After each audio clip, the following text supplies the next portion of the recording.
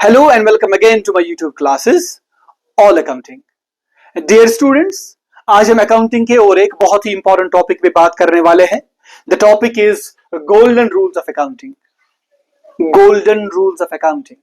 I think the name is sufficient to tell us that these rules of accounting are very important. That is why the name is golden rules of accounting. तो आपकी information के लिए मैं बताऊं, the golden rules of accounting are so important that without the knowledge of these golden rules, the numericals of accounting will be very difficult to understand. अक्सर बच्चों को जो शिकायत होती है अकाउंटिंग ना समझने की, वो कहते हैं कि अकाउंटिंग डिफिकल्ट है, ये कंफ्यूजिंग है. Actually those students have the problem in understanding of golden rules. जिस बच्चे को गोल्डन रूल अच्छी तरह नहीं समझ आया होगा, वो अकाउंटिंग न्यूमेरिकल्स भी उसको अच्छी तरह नहीं समझ आएगा.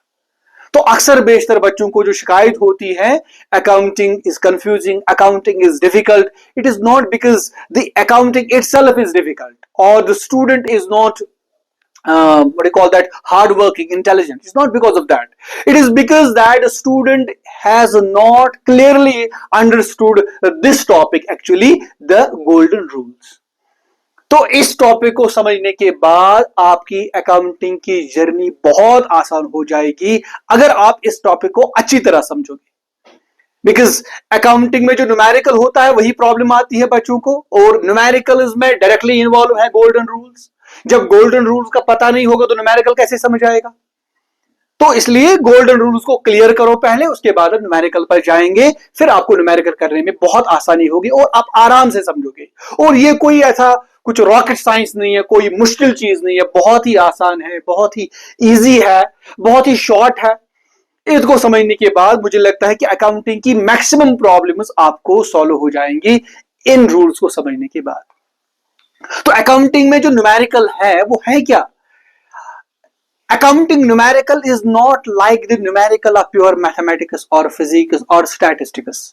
Accounting numerical जो है ये बिल्कुल मुख्तलिफ है, बिल्कुल अलग है. कोई मुश्किल यहां पर नहीं है, बहुत ही आसान चीज है ये. होता क्या है अकाउंटिंग न्यूमेरिकल? होता ये है कि बिजनेस में जो ट्रांजैक्शन और इवेंट होते हैं, बिजनेस में जो बाइंग सेलिंग एसेट लायबिलिटी होते हैं, उनको रिकॉर्ड करके रखना एज पर रूल्स. ये है accounting. This is what is accounting. Accounting का मतलब है, so for the practical aspect of accounting is concern, accounting का काम है कि बिजनेस में जो ट्रांजैक्शन होती है, इवेंट्स होते हैं, उनको सिस्टमैटिकली रिकॉर्ड करना. ऑब्जेक्टिव अकाउंटिंग का यह है कि रिकॉर्ड करने के बाद ये इंफॉर्मेशन उन लोगों तक पहुंचाना जिनको इस अकाउंट जिनको बिजनेस की इंफॉर्मेशन की जरूरत है. खैर वहां नहीं जाते हैं, that has already been discussed. तो न्यूमेरिकल ये है कि बिजनेस में जो ट्रांजैक्शन होती है, जो इवेंट होता है, उसको सिस्टमैटिकली रिकॉर्ड करना. सिस्टमैटिकली का मतलब यहां पर होता है as per rules, as per principles which are already there. क्योंकि अकाउंटिंग एक्सपर्ट्स ने हमें कुछ रूल्स दिए हैं, हमें कुछ प्रिंसिपल्स दिए हैं, तो उन्हीं रूल्स, उन्हीं प्रिंसिपल्स के मुताबिक हमें रिकॉर्ड करना है, लिख के रखना है. And that is what is called accounting, that is what is the numerical. लेकिन फर्क क्या है? फिर हम अपने घरों में भी रिकॉर्डिंग करते हैं, हम अपने घर में भी चीजों का हिसाब रखते हैं. तो उस हिसाब में और अकाउंटिंग में क्या फर्क है? फर्क यह है कि घर में जो हम हिसाब रखते हैं वो हम अपनी मर्जी के मुताबिक रखते हैं, हम किसी लेट डाउन रूल का इस्तेमाल नहीं करते हैं. लेकिन अकाउंटिंग जो हमें करनी है, इसमें जो हमें हिसाब रखना है, इसमें जो हमें बिजनेस की ट्रांजैक्शन और इवेंट्स का मतलब रिकॉर्ड रखना है, that is as per the rules. That is as per the concept, as per the conventions, as per the principles. तो अपनी मर्जी से रिकॉर्ड नहीं कर रहा है. This is what is the difference. और वो रूल्स क्या है? Those rules are golden rules, and there are some other principles as well. Will be discussed in the next lectures, in the coming lectures. और ये तो हो गया accounting numerical, यानी बिजनेस के ट्रांजैक्शन और इवेंट्स को सिस्टमैटिकली रिकॉर्ड करना इज अकाउंटिंग न्यूमेरिकल. रिकॉर्ड कहां करना है? रिकॉर्ड करना है, हमारे पास दो किताबें यानी दो बुक्स ऑफ अकाउंट्स होते हैं जिन पर रिकॉर्ड किया जाता है. और एक बुक ऑफ अकाउंट को हम बोलते हैं जर्नल, दूसरे को बोलते हैं लेजर. जर्नल और लेजर में आपको बताऊं, हालांकि मैंने यहां बिल्कुल छोटा बनाया है जर्नल और लेजर भी, ये सिर्फ रेफरेंस के लिए बनाया है, क्योंकि जर्नल लेजर जो है हमारे अलग चैप्टर्स हैं. अलग यूनिट्स हैं, वहां पर जर्नल को डिस्कस हम करेंगे, वहां पर हम लेजर डिस्कस करेंगे। यहां हमने जर्नल लेजर सिर्फ इसलिए डिस्कस कर रहे हैं so that relate with golden rules of accounting, ताकि गोल्डन रूल्स ऑफ अकाउंटिंग जो हमारे लिए समझना आसान हो। क्योंकि गोल्डन रूल्स का जो मकसद है ये है कि गोल्डन रूल्स के जरिए हम रिकॉर्ड करते हैं, इन्हीं को यूज करके रिकॉर्ड करते हैं। रिकॉर्ड कहां करते हैं? रिकॉर्ड करते हैं जर्नल में, रिकॉर्ड करते हैं लेजर में। ये दो बुक्स ऑफ अकाउंट्स हैं जहां पर रिकॉर्ड किया जाता है। जर्नल को बोलते हैं बुक ऑफ ओरिजिनल एंट्री, इसको बोलते हैं book of final entry. Journal को बोलते हैं डे बुक, इसको बोलते हैं प्रिंसिपल बुक। तो इन दो किताबों पर रिकॉर्ड होता है, लेकिन पहले इस पर होता है, फिर इसके बाद इस किताब पर यानी लेजर पर रिकॉर्ड किया जाता है। अगर आप इनको देखोगे, though it is I think it will be visible to you that, हाँ मैंने छोटा बनाया है, that is why I am saying. तो अगर आप देखोगे यहां पर जो कॉलम्स बने बनाए, it is a date column, it is particulars column, it is ledger folio LF, यानी इसका पेज नंबर यहां पर लिखा जाता है LF, इसको बोलते हैं ledger folio. Then amount, amount दो अमाउंट्स यहां पर लिखे हैं। What is this amounts for? This amounts are for debit and credit. This called debit amount, credit amount. क्योंकि जो चीज इसमें रिकॉर्ड की जाएगी दो एस्पेक्ट्स में रिकॉर्ड की जाएगी, दो लाइन्स में रिकॉर्ड की जाएंगी इस जर्नल में, और एक लाइन होगी डेबिट की, दूसरी लाइन होगी क्रेडिट की। This is what it is. Journal entry इसमें लिखी जाती है और जर्नल एंट्री को दो हिस्सों में रिकॉर्ड किया जाता है। The first part is called debit and the second part is called credit. Matter finished. वो बनाई कैसे जाते हैं, we will discuss that when we will discuss journal. फिलहाल हमें ये समझना है गोल्डन रूल्स। तो गोल्डन रूल्स में को इस्तेमाल करके हमें जर्नल में रिकॉर्ड जो करना है वो हमें रिकॉर्ड करना है in debit and credit, debit amount, credit amount. फिर इसके बाद इस किताब की बारी आती है, लेजर की बारी आती है, और लेजर में हम बनाते हैं लेजर अकाउंट। लेजर अकाउंट के भी दो हिस्से हैं, you can see that I have highlighted this, it's a T shape, this is left side, this is right side. This left is called a debit side, right is called a credit side. Again we have to record in these two sides. Again there is debit and there is credit. So in journal we have got debit, credit, and in ledger we have got debit, credit. And what this debit, credit is? Actually this debit, credit is style of recording. ये record करने का हमारा style है। Accounting में record करने के style को debit credit कहते हैं। दो it doesn't have any meaning, debit doesn't have any meaning at all, it is a name. Debit is the name of left side of an account. Credit is the name of right side of an account. Here debit and credit are two aspects of a journal entry. This is what is debit and credit.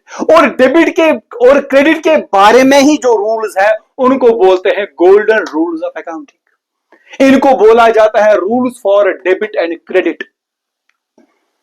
तो what are these golden rules? These golden rules are given as per the different types of accounts. Types of accounts हमने पढ़ा है last lecture में, accounting terminology का जो last lecture था उसमें हमने टाइप्स ऑफ अकाउंट्स पढ़ा, अकाउंट पढ़ा।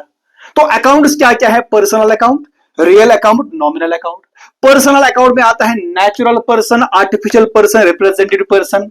You can check my previous lecture, there you can find what natural person, artificial person is. तो पर्सनल अकाउंट इनका होता है, यानी ये अकाउंट जो है इसमें जो रिकॉर्ड करना है या लेजर में जो रिकॉर्ड करना है, ये कभी पर्सनल अकाउंट का रिकॉर्ड करना होगा, कभी मेरा, कभी शौकत अकाउंट होगा, कभी आपका हो सकता है, कभी J&K बैंक हो सकता है, कभी SBI हो सकता है। तो इनका अकाउंट रिकॉर्ड करना होगा। कभी रिकॉर्ड करना होगा एसेट के बारे में, और real account is the account of all assets. कभी रिकॉर्ड करना होगा नॉमिनल अकाउंट यानी इनकम, एक्सपेंस और इनकम के बारे में। तो जिस अकाउंट के भी रिकॉर्ड करना होगा तो रूल ये इस्तेमाल होगा। So when the account is personal account, then the rule, the golden rule, that is, it is classical and modern, and there is no difference between the two. The meaning of the two is same, तो सिर्फ लिखने में थोड़ी सी फर्क है, बाकी मतलब same है। You can find it later on. तो classical rules क्या है? ये golden rules for personal account. Personal account के लिए golden rule है debit the receiver, credit the giver. And दूसरा है debit the debtor, credit the creditor. यहां पर भी लिया है debit credit, debit credit. Real account के लिए रूल है debit what comes in, credit what goes out. Nominal account के लिए रूल है debit all expenses, credit all incomes. If you'll find in golden rules, it is the repeated mention of debit, credit, debit, credit, debit, credit, debit, credit. What is this debit, credit? Debit, credit is this. Debit, credit, debit, credit. If we are recording in journal, then this is debit credit. And if we are recording in ledger, then this side is debit and this side is credit. Actually, the debit credit here, debit credit, ये जो लिखा है ना यहाँ पर debit and credit, debit credit, ये debit credit actually in चीजों की बात कर रहा है. यानी अगर पर्सनल अकाउंट हम बना रहे हैं, कोई पर्सनल अकाउंट है, नेचुरल पर्सन है, आर्टिफिशियल, तो पर्सनल अकाउंट का रूल है डेबिट द रिसीवर. यानी अगर वो पर्सन रिसीवर है तो उसको डेबिट करो, यानी उसको डेबिट अमाउंट में लिखो. क्रेडिट द गिवर, तो अगर वो गिवर है, अगर वो दे रहा है बिजनेस को, तो उसको क्रेडिट अमाउंट में लिखो. एग्जाम्पल के तौर पर, फॉर एग्जाम्पल मैं आपको बताऊं, for example amount received from mister A rupees 20,000. Mister ए से हमने 20,000 रुपये लिए, यानी बिजनेस ने मिस्टर ए से 20,000 रुपये लिए. तो मिस्टर ए क्या बन गया? मिस्टर ए बन गया गिवर. ये बन गया गिवर. और गिवर के लिए क्या रूल है? Credit the giver. इसको हमें क्रेडिट करना है, तो ए को हमें क्रेडिट करना है. रिकॉर्ड कैसे होगा? तो हमें मिस्टर ए ने दिया क्या है? इसने मिस्टर ए ने दिया है 20,000 रुपये, तो मिस्टर ए ने दिया है कैश. कैश जो होता है, कैश होता है asset, it is a real account. और कैश के लिए रूल है debit what comes in, credit what goes out. हमें देखना है कैश कम्स इन है कि गोज आउट है. कैश है कम्स इन, तो अगर ये कम्स इन है तो ये डेबिट होगा. तो मिल गया हमें cash is debit and mister A is credit. We will record it here like this, cash account D R, यानी डेबिट 20,000 डेबिट में लिखेंगे टू मिस्टर एज अकाउंट, और ये हम लिखेंगे 20,000 क्रेडिट में. खत्म. Mister, this is credit, this line is called credit and this line is called debit. This is debit amount, this is credit amount. This from this to this is called debit. When we say debit the receiver, means you have to write this line. Credit the giver means you have to write this below line. This is what debit and credit means actually.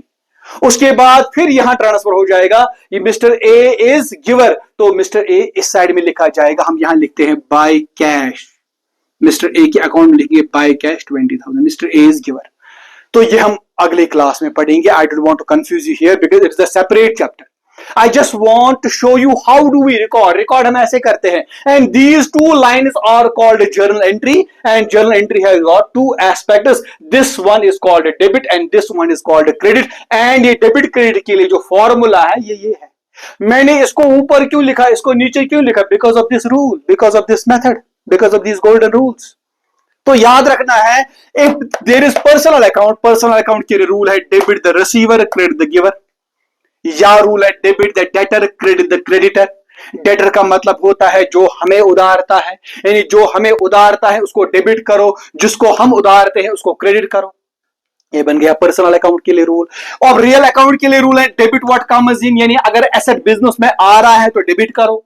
अगर asset credit what goes out, और अगर asset business से जा रहा है तो उसको credit करो लाइक दिस. यहां पर कैश आ रहा था तो हमने इसको डेबिट किया. अगर एसेट जाएगा तो उसको क्रेडिट करेंगे. क्रेडिट कैसे करेंगे? This is the way of debiting and crediting. फिलहाल आप याद रखिए कि डेबिट क्रेडिट किस अकाउंट के लिए क्या रूल है. रिकॉर्ड करने का तरीका यह है, that will be discussed in this chapter की रिकॉर्ड कैसे करेंगे. फिलहाल आप याद रखिए कि डेबिट और क्रेडिट क्या है और डेबिट और क्रेडिट क्या क्या होता है. तो रियल अकाउंट के लिए, एसेट के लिए रूल है कि डेबिट होता है व्हेन एसेट कम्स इन और क्रेडिट होता है when asset goes out. Simple. और नॉमिनल अकाउंट में इन्हें एक्सपेंस और इनकम्स के लिए रूल क्या है? एक्सपेंस के लिए रूल है debit all expense and losses. Expense debit होते हैं और लॉसेस भी डेबिट होते हैं. सिंपल. और इनकम्स क्रेडिट होती है. Assets are expenses are debited and incomes are credited. Never say debit means receive or credit means to give. Never say debit means plus and credit means minus. Never say credit means plus and debit means. Never say this. Debit and credit की जो meaning है, debit and credit का जो मतलब है, this changes from account to account. Like this. यहाँ debit what का मतलब यानी asset जब आता है तो debit है, लेकिन यहाँ debit expense है. तो नॉमिनल अकाउंट में डेबिट क्रेडिट की फॉर्मूला ये है. नॉमिनल अकाउंट में एक्सपेंस को डेबिट किया जाता है, वो इनकम को क्रेडिट किया जाता है। लेकिन रियल अकाउंट में एसेट का आना डेबिट होता है और एसेट का बिजनेस से जाना क्रेडिट होता है। और पर्सनल अकाउंट में जब पर्सन जिसके साथ हम डील करते हैं, जब वो हमसे लेता है, जब वो रिसीवर होता है तो डेबिट होता है, जब वो गिवर होता है तो क्रेडिट होता है। और इन्हीं फॉर्मूलाज को इस तरह भी पेश किया जा सकता है, these are called modern rules. Like हम यहां कहते हैं, जैसे हम यहां कहा debit the receiver, sorry debit the debtor, debtor को डेबिट करो। Actually this is debit increase in debtor. जब डेटर बनता है, जब हम किसी को क्रेडिट में देंगे, किसी को उधार देंगे तो वो डेटर बनता है, उसको डेबिट करो। क्रेडिट डिक्रीज इन डेटर, जब वो हमें पैसे वापस लौटाएगा तो उसको क्रेडिट करो। Debit increase in debtor, credit decrease in debtor. इस तरह क्रेडिटर को debit decrease in creditor, debit decrease in creditor, credit increase in creditor. जब क्रेडिटर बनेगा, जब क्रेडिटर इंक्रीज होगा तो उसको क्रेडिट करो, लेकिन जब क्रेडिटर को हम पैसे वापस देंगे, उसको लौटाएंगे पैसे, तो उसको डेबिट करो। Simple, it is very simple, just to go through it repeatedly mention, repeatedly you just repeat these golden rules that these will be understood to you. It's not difficult at all. तो personal account के लिए ये और एक alternative rule है, this are modern golden rule, they are called debit increase in debtor, credit decrease in debtor, debit decrease in creditor, credit increase in creditor. इस तरह यहां जैसे यहाँ debit what comes in, credit what goes out, यहां लिखा debit increase in asset, credit decrease in asset. ये तो इसका मतलब तो यही है ना, डेबिट व्हाट कम्स इन, जब वो इन होगा तब तो इंक्रीज ही होगा ना। क्रेडिट व्हाट गोज आउट, जब वो आउट होगा तो डिक्रीज होगा ना। तो it is written, the same words are written in other, the same concept is written in other words, दूसरे अल्फाजों में यही चीज लिखी है। तो एसेट के लिए फॉर्मूला है, मॉडर्न फॉर्मूला, डेबिट इंक्रीज इन एसेट्स, क्रेडिट डिक्रीज इन एसेट्स। तो इस तरह है एक्सपेंसेस के लिए, यहां एक्सपेंस का अलग है, इनकम का अलग है।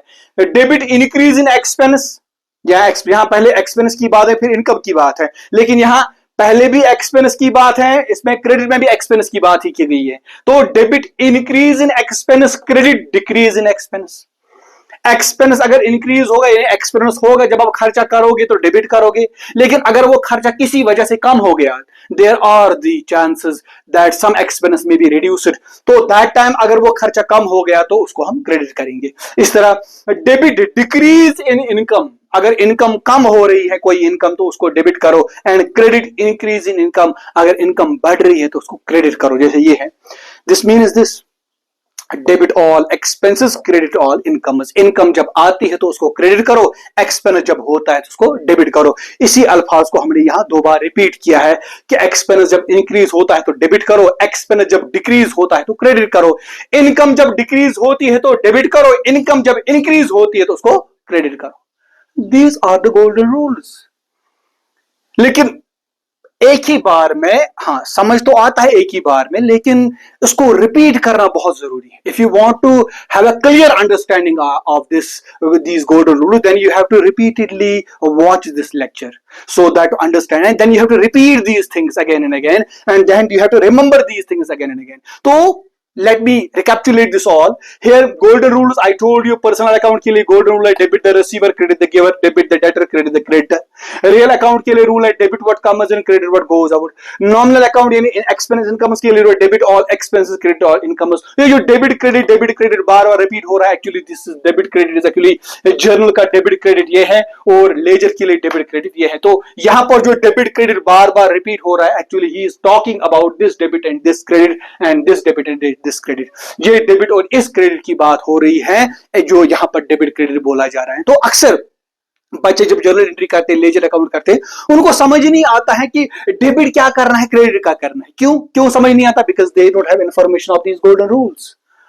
जब गोल्डन रूल उसने समझा ही नहीं होगा बच्चे ने ठीक तरह से, हमने अच्छी तरह पढ़ा नहीं होगा, तो यहां तो जरूरी प्रॉब्लम आएगी ना न्यूमेरिकल में। ये हमारा न्यूमेरिकल है, मेन न्यूमेरिकल हमारा यही है, यही से हमारा न्यूमेरिकल स्टार्ट होता है।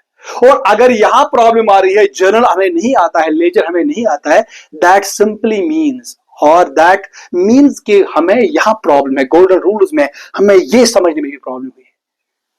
तो गोल्डन रूल्स को क्लियर कीजिए, इनको रिपीटेडली, मतलब आप रिपीट कीजिए और रिपीटेडली आप बोलिए इनको, so that you will remember them and make a clear understanding of this golden rules कि ये गोल्डन रूल सिर्फ पर्सनल अकाउंट का है, और ये गोल्डन रूल रियल अकाउंट का है, और ये गोल्डन रूल नॉमिनल अकाउंट का है। और after understanding this golden rules, your accounting numericals will be very easy. आपको अकाउंटिंग न्यूमेरिकल समझना बहुत ही आसान हो जाएगा. But provided you understand this, make a clear understanding of these golden rules, and if you find somewhere something is missing and you need some more clarification about it, then you can write to me. I will be very happy to answer any of your question.